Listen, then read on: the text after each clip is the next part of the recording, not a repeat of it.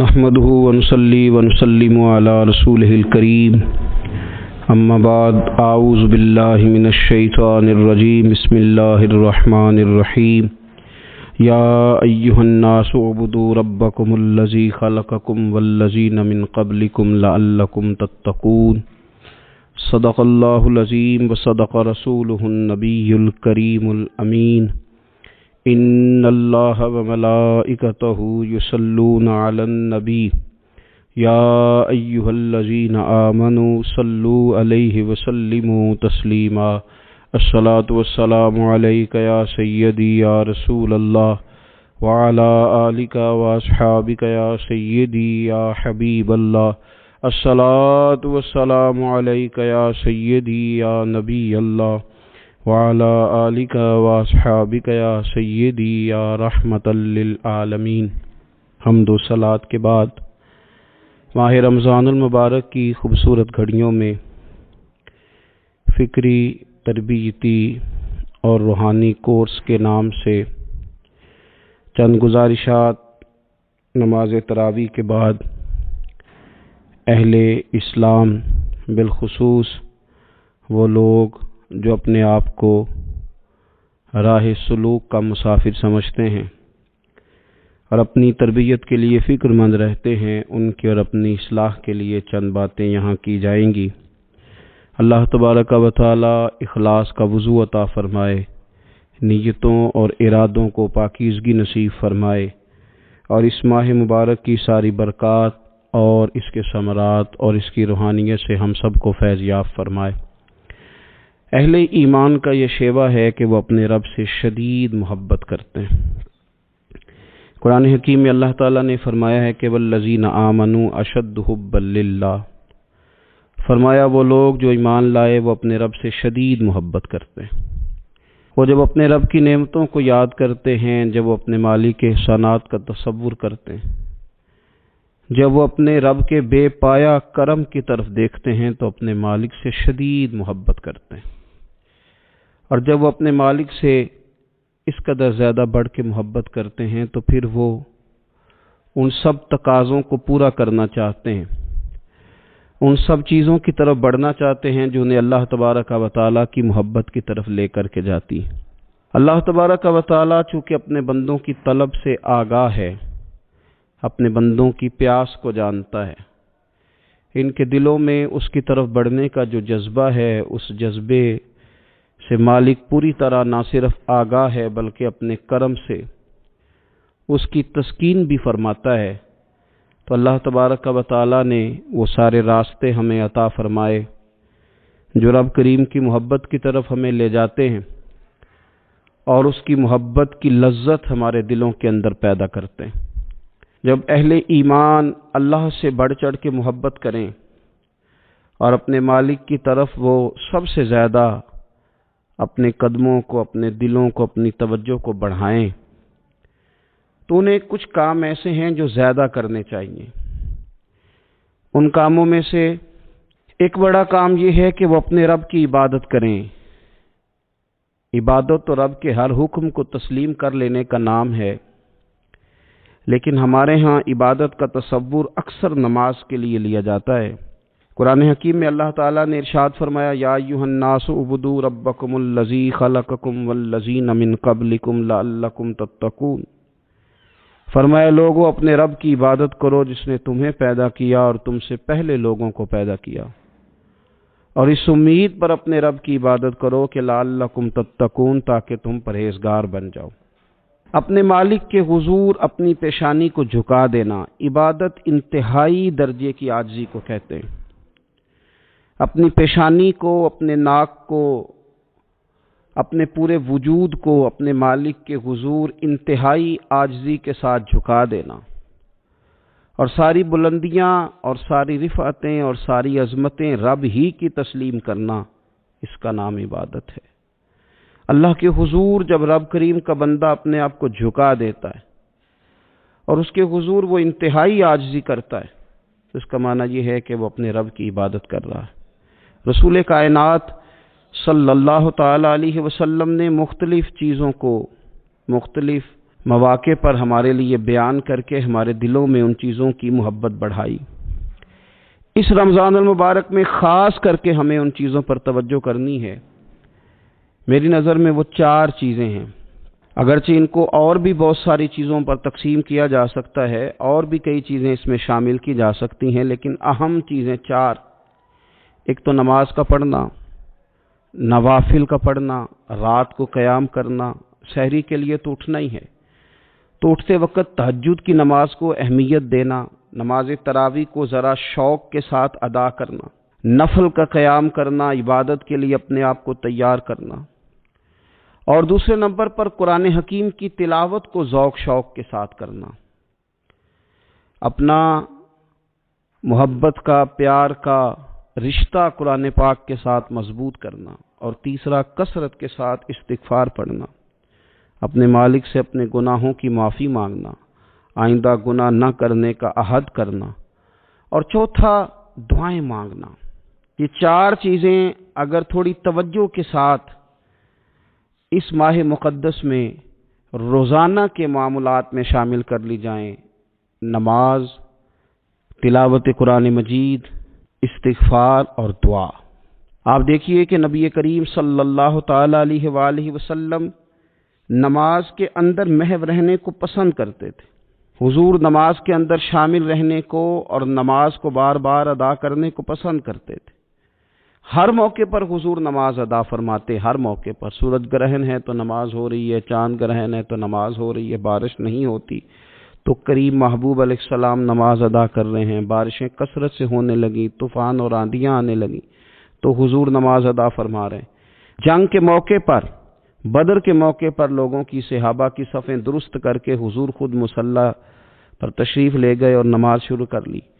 تو ہر وقت نماز کی طرف حضور کی توجہ ہمیں بتاتی ہے کہ نماز پڑھنا، نفل پڑھنا، عبادت کرنا یہ کتنا دلچسپی والا کام ہے، اور مسلمان کا اس کے ساتھ شوق کس قدر زیادہ ہونا چاہیے۔ آج ہم زیادہ بے چین اس لیے رہتے ہیں کہ ہمارا تعلق باقی سب چیزوں سے مضبوط ہوا لیکن مصلی کے ساتھ کمزور ہوا۔ ہماری بہت ساری اس دور کی جدتوں نے ہم سے ہمارے مصلی کی، استغفار کی، تلاوت کی، دعا کی لذت چھینی۔ اگر ہم تھوڑا لوٹ کر کے آئیں اور کچھ گھنٹوں کے لیے، کچھ وقت کے لیے، کچھ ٹائم کے لیے، اگرچہ وہ مختصر ہی کیوں نہ ہو، ہم اپنے معمولات جو عبادت کے تعلق سے ان کو مضبوط کریں، موبائل بند کیے جائیں، ایک کونا تلاش کیا جائے، کوشش کی جائے تنہائی کرے انسان اپنے مالک کے ساتھ۔ نبی پاک صلی اللہ تعالی علیہ وآلہ وسلم نے جو ہمیں طریقے بتلائے ہیں، ان طریقوں کی روشنی میں انسان اکیلا بیٹھے اپنے مالک کے حضور اور خوب اس کی بارگاہ میں نفل پڑھے، تلاوت کرے، استغفار پڑھے، پھر دعائیں مانگے، اپنے لیے بھی مانگے، امت کے لیے بھی مانگے، اپنے لیے بھی مانگے، اپنوں کے لیے بھی مانگے، سب کے لیے اللہ کے حضور سے وہ خیر طلب کرے۔ حضرت سیدنا زید بن ثابت رضی اللہ تعالیٰ عنہ ارشاد فرماتے ہیں مجمع الزوائد میں، مسند امام احمد بن حنبل میں یہ حدیث موجود ہے۔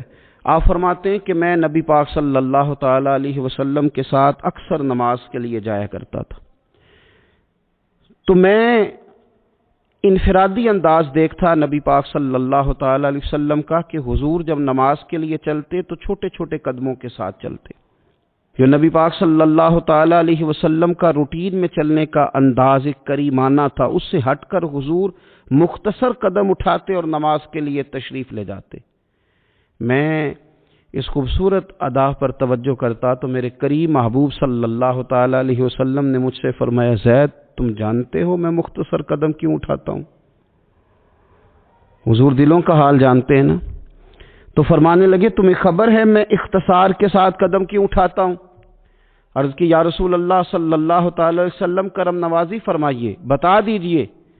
تو حضور فرمانے لگے کہ جب تک انسان نماز کی طلب میں رہتا ہے نا، وہ نماز ہی میں رہتا ہے۔ وہ جب نماز کی طلب میں ہوتا ہے تو نماز ہی میں ہوتا ہے۔ تو میں چھوٹے چھوٹے قدم اٹھاتا ہوں، ذرا آہستہ چلتا ہوں، تاکہ جتنا وقت طلب نماز میں ہو وہ نماز ہی میں گزرے۔ ذکر حبیب کم نہیں وصل حبیب سے، محبوب کا ذکر بھی اس سے ملاقات ہی ہوتا ہے۔ تو یہ جو سفر ہے نا نماز کے لیے جانے کا، میں چاہتا ہوں کہ یہ ذرا لمبا ہو جائے، اس میں ذرا وقت ملے تاکہ مالک کے ساتھ میں جڑا رہوں، میرا تعلق مضبوط رہے۔ تو سرور کائنات صلی اللہ تعالی علیہ وسلم کی جو خاص دلچسپی ہے نماز کے ساتھ، نفل کے ساتھ، عبادت کے ساتھ، حضور صلی اللہ علیہ وسلم نے ارشاد فرمایا، مسلم شریف میں حدیث موجود ہے، فرمایا اللہ تعالیٰ کے بندہ سب سے زیادہ قریب پتہ کب ہوتا ہے؟ پہلے تو ذرا ان لفظوں کا حسنی ملاحظہ کریں کہ بندہ اور رب کے قریب، بندہ اور اپنے مالک کے قریب، وہ بندہ کتنی شان والا ہے، اس کا مقدر آج کتنے عروج پہ ہے جو اپنے رب کے قریب ہو گیا۔ حضور فرمانے لگے، غلاموں سنو، بندہ اپنے رب کے سب سے زیادہ قریب سجدے کی حالت میں ہوتا ہے، لہذا فرمایا سجدوں میں کثرت سے دعا کیا کرو، گویا اس سے مانگ لیا کرو سجدوں میں، اب تمہارا قرب ہے، اب تم جب کشکول طلب دراز کرو گے تو وہ تمہیں عطا کرے گا، جب تم نے اپنا سر سجدوں میں رکھا ہو تو پھر اپنی آرزویں لے آؤ ساری، اب رب تمہارے کشکول بھرے گا، تمہیں خیرات ملے گی، تمہاری طلب سے بڑھ کر تمہیں عطا کیا جائے گا۔ تو عبادت کے ساتھ جب آپ کا تعلق ہوتا ہے تو آپ قرب الہی میں ہوتے ہیں، اللہ کے قریب چلے جاتے ہیں۔ شرط یہ ہے کہ تھوڑی دیر بھول جائیں موبائل کو، تھوڑی دیر چھوڑ دیں دنیا داری کے خیالات، تھوڑی دیر وہ ایک دن چھوڑ کے سارا کچھ بھی تو جانا ہے نا اللہ کے حضور۔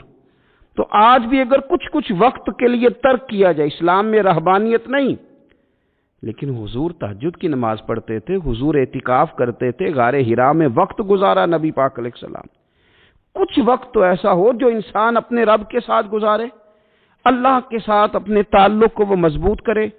دیکھیے حضرت سیدنا یوسف بن عبداللہ بن سلام رضی اللہ تعالیٰ عنہ، یہ حضرت عبداللہ بن سلام رضی اللہ تعالیٰ عنہ معروف صحابی رسول صلی اللہ تعالیٰ علیہ وسلم کے صاحبزادے ہیں۔ یہ حضرت ابو درداء رضی اللہ تعالیٰ عنہ سے ملنے کے لیے تشریف لے گئے۔ فرماتے ہیں کہ جب میں ان سے ملنے کے لیے گیا تو وہ شدید علیل تھے، حضرت سیدنا ابو درداء رضی اللہ تعالیٰ عنہ بڑے جلیل القدر صحابی ہیں اور بڑے صاحب الرائے آدمی ہیں۔ حضرت عمر فاروق رضی اللہ تعالیٰ عنہ اکثر ان سے مشورہ لیا کرتے تھے۔ فرماتے ہیں میں جب ان سے ملنے کے لیے گیا تو وہ سخت بیمار تھے اور اسی بیماری میں ان کا وصال ہوا۔ میں ان سے ملنے گیا تو وہ مجھ سے کہنے لگے کہ بھتیجے، حضرت عبداللہ ابن سلام کے بیٹے ہیں نا یوسف بن عبداللہ، تو وہ چونکہ ان کا دوستانہ تھا، کہنے لگے بھتیجے تم اس شہر میں کس طرح آئے؟ تو جناب یوسف بن عبداللہ کہتے ہیں میں نے عرض کی کہ آپ کا میرے والد کے ساتھ جو تعلق تھا، جو دوستانہ تھا، اس تعلق نے مجھے مجبور کیا کہ میں آپ کی تیمارداری کروں۔ تو فرماتے ہیں میں تو تیمارداری کرنے گیا تھا، ان کا حال پوچھنا تھا، لیکن یہ لوگ جو حضور کے دین کی تبلیغ کے لیے جذبات رکھتے تھے اور ایک دوسرے کو اللہ کی جانب متوجہ کرنے کا جو جذبہ رکھتے تھے، وہ بڑا انوکھا ہے۔ ایک شخص تیمارداری کرنے گیا ہے تو حضرت سیدنا ابو درداء رضی اللہ تعالیٰ عنہ فرمانے لگے بھتیجے میں اس وقت اس کیفیت میں ہوں کہ جھوٹ بولنا بہت برا ہے، یعنی جھوٹ بول ہی نہیں سکتا کہ اس بیماری میں ہوں کہ جس میں مجھے لگتا ہے کہ میں دنیا سے چلا جاؤں گا۔ فرمانے لگے اللہ کی قسم میں نے خود رسول پاک صلی اللہ علیہ وسلم سے سنا ہے کہ جو شخص اچھے طریقے سے وضو کرے، وہ تیمارداری کرنے آئے اور یہ ان کو نماز کی طرف، عبادت کی طرف مائل کر رہے ہیں۔ فرماتے میں نے خود حضور صلی اللہ علیہ وسلم سے سنا ہے کہ جو شخص اچھے طریقے سے وضو کرے پھر 2 رکعتیں نماز پڑھ لے یا 4 رکعتیں نماز پڑھ لے، اخلاص کے ساتھ پڑھے، اچھا وضو کرے، 2 رکعتیں پڑھ لے یا 4 پڑھ لے، یعنی 2 نفل ادا کرے یا 4 کر لے، اور پھر وہ خلوص کے ساتھ اپنے رب سے مغفرت طلب کرے تو اللہ اس بندے کی بخشش فرما دے گا۔ یہ میں نے سنا ہے حضور سے، یہ میں نے خود سنا ہے۔ مرض وصال میں سیدنا ابو درداء رضی اللہ تعالیٰ عنہ اس کو بیان کرتے ہیں۔ تو رمضان المبارک کے اندر ہمیں موقع ملتا ہے نماز پڑھنے کا، نماز تراویح کا، رات کی قیام کا موقع میسر آتا ہے۔ ایک تو عشاء کے بعد موقع ملا تراویح پڑھنے کے، ایک یہ کہ ہم کو سحری میں اٹھنا ہے، اور تہجد کی وہ خاص فضیلتیں جو عام دنوں میں کئی دفعہ مشکل ہوتی ہیں، وہ اٹھنا تو ہے۔ اگر تھوڑا سا 10 منٹ پہلے اٹھا جائے، وضو کیا جائے، اچھے طریقے سے کچھ نوافل ادا کر لیے جائیں، پھر سحری کے معاملات میں مشغول ہوا جائے۔ نبی پاک صلی اللہ تعالی علیہ وآلہ وسلم ارشاد فرماتے ہیں، یہ ترمذی شریف کی حدیث ہے، حضور علیہ الصلوۃ والسلام نے ارشاد فرمایا کہ رات کا قیام اپنے اوپر لازم کر لو۔ اگرچہ یہ لازم کرنا یہ استحبابی حکم ہے، حضور صلی اللہ تعالی علیہ وسلم نے اسے فرض قرار نہیں دیا، لیکن حضور شوق دلاتے ہیں۔ فرمایا رات کا قیام، رات کا قیام، ساون کی کالی راتوں میں جب بوندا باندی ہوتی ہے، وہ راتوں کو اٹھ اٹھ روتے ہیں جب خلقت ساری سوتی ہے۔ اور حضرت میاں صاحب رحمۃ اللہ علیہ نے فرمایا تھا کہ رات پوے تے بے دردانو نیند پیاری آوے، تے درد مندانو یاد سجن دی ستیاں وی آن جگاوے۔ فرمایا رات کا قیام، حضور سید عالم صلی اللہ تعالی علیہ وسلم فرماتے ہیں رات کا قیام اپنے اوپر لازم کر لو، اس لیے کہ یہ رات کا قیام تم سے پہلے نیک لوگوں کا طریقہ ہے، اور یہ تمہارے لیے قرب خدا بندی کا باعث ہے، یہ تمہیں اللہ کے قریب کر دے گا۔ اور حضور صلی اللہ تعالی علیہ وسلم فرمانے لگے یہ رات کا قیام تمہاری برائیوں کو مٹا دے گا اور یہ تمہیں گناہوں سے روک لے گا، گویا رب کریم تمہیں معافی عطا فرمائے گا، یہ تمہارے لیے بخشش کا ذریعہ بن جائے گا۔ یہ برائیوں کو مٹانے والا ہے رات کا قیام، یہ گناہوں سے روکنے والا ہے رات کا قیام۔ تو نماز کی طرف خاص توجہ کریں۔ اسی طرح کا معاملہ تھوڑا سا ہمیں ذوق کے ساتھ قرآن پاک کی تلاوت کے ساتھ اپنے آپ کو وابستہ کرنا چاہیے۔ بہقی شریف میں حدیث ہے، نبی پاک صلی اللہ تعالی علیہ وسلم نے فرمایا میری امت کی سب سے افضل عبادت تلاوت قرآن ہے، سب سے افضل عبادت تلاوت قرآن ہے۔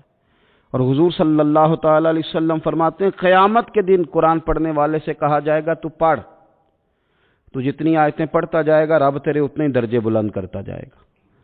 تلاوت قرآن کے ساتھ خاص ذوق، رمضان شریف کے اندر گھروں کے اندر اگر قرآن پاک کی تلاوت کی جائے، ہم دیکھتے تھے جب دیہاتوں میں ہوتے تھے تو گھر کے اندر بڑا ذوق ہوتا تھا قرآن پاک کی تلاوت کا، بہن بھائی ایک دوسرے سے پوچھتے تھے تیرا کون سا سپارہ ہے، تو وہ کہتے تھے میں کیوں بتاؤں، تو بتا تیرا کون سا ہے۔ کیوں؟ اس لیے کہ ایک شوق ہوتا تھا کہ ایک دوسرے سے آگے بڑھنا۔ تو نبی پاک صلی اللہ تعالی علیہ وسلم نے فرمایا دنیا میں قرآن مجید پڑھتا تھا، اس سے قیامت کے دن بھی کہا جائے گا کہ اب تو پڑھنا، تو وہ جتنی آیات پڑھے گا رب اس کے اتنے درجے بلند کرے گا۔ تو رمضان شریف کے اندر خاص ذوق قرآن مجید کی تلاوت کا۔ پھر اسی طرح کا معاملہ استغفار کے ساتھ، نفل پڑھے جائیں، تلاوت کی جائے، اور پھر استغفار کثرت سے پڑھا جائے، استغفار کثرت سے پڑھا جائے۔ نبی پاک صلی اللہ تعالی علیہ وسلم کا نا محبوب وظیفہ استغفار پڑھنا، اللہ کے حضور توجہ کرنا، توبہ کرنا۔ حضور تو معصوم ہے، نبی پاک تو معصوم عن الخطا، حضور سے تو معاذ اللہ کوئی گناہ سرزد ہوتا ہی نہیں، اور انبیاء کے بارے میں جو کوئی ایسے نظریات رکھے وہ گمراہ ہے۔ لیکن حضور صلی اللہ تعالی علیہ وسلم نے فرمایا لوگو، یہ بخاری مسلم میں حدیث ہے، فرمایا لوگو اللہ تبارک و تعالیٰ کی بارگاہ میں توبہ کرو، بخشش طلب کرو۔ حضور فرماتے ہیں میں دن میں 100 مرتبہ اپنے رب کی بارگاہ میں توبہ کرتا ہوں۔ حضور تو معصوم ہے۔ یہ توبہ کس لیے ہے؟ یہ تعلیم امت کے لیے، یہ ہمیں سمجھانے کے لیے، یہ ہماری توجہ دلانے کے لیے، یہ بتانے کے لیے ہے کہ یہ استغفار درجات کو بلند کرتا ہے۔ اللہ کی طرف رجوع کرنے کے لیے کثرت کے ساتھ استغفار کی جائے، اپنے رب سے معافی مانگی جائے۔ ہم انسان ہیں، کچھ غلطیاں نہ چاہتے ہوئے بھی ہو جاتی ہیں، بہت کوشش کے باوجود کچھ چیزوں پر کنٹرول نہیں رکھ پاتے، ہم سے سرزد ہو جاتی ہیں۔ رمضان کی ساعتوں میں، صبحوں میں، شاموں میں، سحری میں، افطار میں، تراویح میں، تہجد میں اگر اللہ کے حضور استغفار کی جائے، اللہ کے حضور استغفار کی جائے۔ مسند امام احمد بن حنبل میں حدیث ہے، حضور صلی اللہ تعالی علیہ وسلم فرماتے ہیں، اور یہ حدیث اتنی زیادہ انسان کو خوشی دیتی ہے اور رب کی رحمت کو بندے کے اتنا قریب کر دیتی ہے، اتنا اللہ کے قریب کر دیتی ہے کہ انسان جھوم اٹھتا ہے۔ کبھی اس حدیث کے جملوں پر غور کریں، نبی پاک صلی اللہ تعالی علیہ وآلہ وسلم کس طرح رب کی رحمت ہمارے سامنے بیان کرتے ہیں، اور جب حضور اپنی زبان نور سے بیان کرتے ہیں پھر تو یوں لگتا ہے کہ روح کی گہرائیوں تک بات چلی گئی۔ حضور سید عالم صلی اللہ تعالی علیہ وسلم فرماتے ہیں شیطان نے رب کریم کی بارگاہ میں یہ کہا تھا کہ اے مالک مجھے تیری عزت کی قسم، جب تک ان لوگوں کے جسموں میں روح رہے گی میں انہیں گمراہ کرتا رہوں گا۔ جب اللہ نے اسے کہا نا کہ تو نکل جا، تو مردود ہے، تو اس نے کہا مجھے تیری عزت کی قسم، جب تک ان کے جسموں میں روح باقی ہے میں انہیں گمراہ کرتا رہوں گا۔ تو میرے کریم محبوب علیہ السلام، مدینے والے پیارے حبیب علیہ السلام فرماتے ہیں، رب کریم نے فرمایا سن و ابلیس، اگر تو یہ قسم اٹھاتا ہے کہ تو جب تک ان کے جسموں میں روح ہے انہیں گمراہ کرتا رہے گا، تو پھر مجھے بھی اپنے عزت اور جلال کی قسم، یہ جب تک مجھ سے معافی مانگتے رہیں گے میں انہیں معاف کرتا رہوں گا، میں بھی انہیں معاف کرتا رہوں گا، یہ جب جب مجھ سے بخشش مانگیں گے، جب جب مجھ سے بخشش مانگیں گے۔ اس یہاں سے کبھی ہم نے کنارہ نہ کیا، اور تو نے بھی تو دل آزردہ ہمارا نہ کیا، ہم نے تو جہنم کی بہت کی تدبیر، پر میرے مولا تیری رحمت نے گوارا نہ کیا۔ تو کثرت کے ساتھ استغفار رمضان میں کیا جائے، اللہ کے حضور معافیاں مانگی جائیں، اور میں تو کہتا ہوں اپنے لیے بھی مانگی جائیں، دوسروں کے لیے بھی مانگی جائیں، استغفار سے وہ مان جاتا ہے۔ اور پھر سب سے زیادہ اس چیز پر توجہ دینے کی ضرورت ہے، وہ ہے عبادت کا مغز، یعنی دعا۔ میں اکثر کہتا رہتا ہوں کہ ہمارے ڈاکٹر ہمیں یہ کہتے ہیں کہ تمہارے دلوں میں کچھ دکھ ہیں وہ کہہ دو تو تمہاری بیماریاں ہلکی ہو جائیں گی، دل کے بوجھ اتار دو، تم کہہ دو کسی سے اپنے غم تاکہ تمہارے دل ہلکے ہو جائیں۔ اب کچھ غم بڑے ذاتی قسم کے ہیں، بندہ کسی سے کہہ ہی نہیں سکتا، بڑی نجی قسم کے کچھ دکھ ہیں، کسی سے کیسے بیان کرے، تو ہمارے دین نے ہمیں دعا سکھائی۔ معنی کیا ہے؟ جو کسی سے نہیں کہہ سکتے وہ رب رسول سے کہہ دو تاکہ تمہارا دل بھی ہلکا ہو، تمہاری عزت بھی محفوظ رہے۔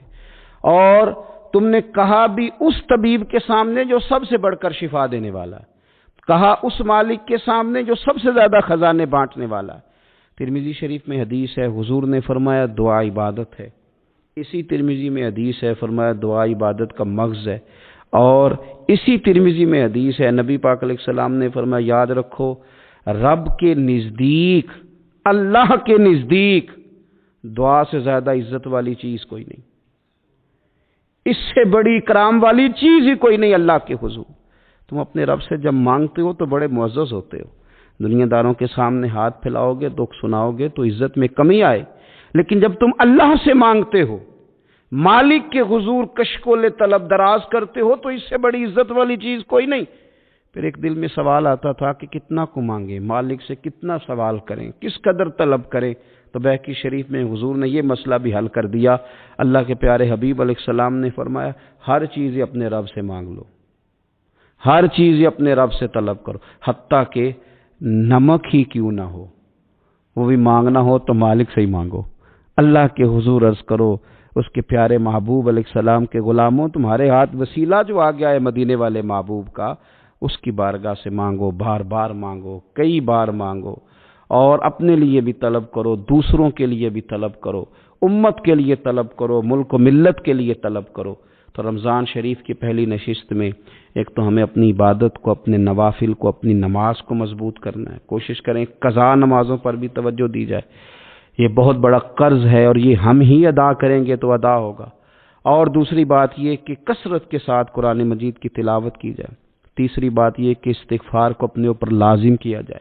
اور چوتھی بات دعائیں مانگی جائیں۔ رمضان کی گھڑیاں بڑی قبولیت والی ہیں، بڑی قبولیت والی ہیں۔ افطار کے وقت جو بندہ مانگتا ہے رب اس کی دعا کو قبول فرماتا ہے۔ ان اوقات میں اللہ سے مانگا جائے اور خوب مانگا جائے، اے اللہ اس ماہ مقدس کا صدقہ امت مسلمہ کے لیے رحمت والے فیصلے فرما۔ آخر دعوایا ان الحمدللہ رب العالمین۔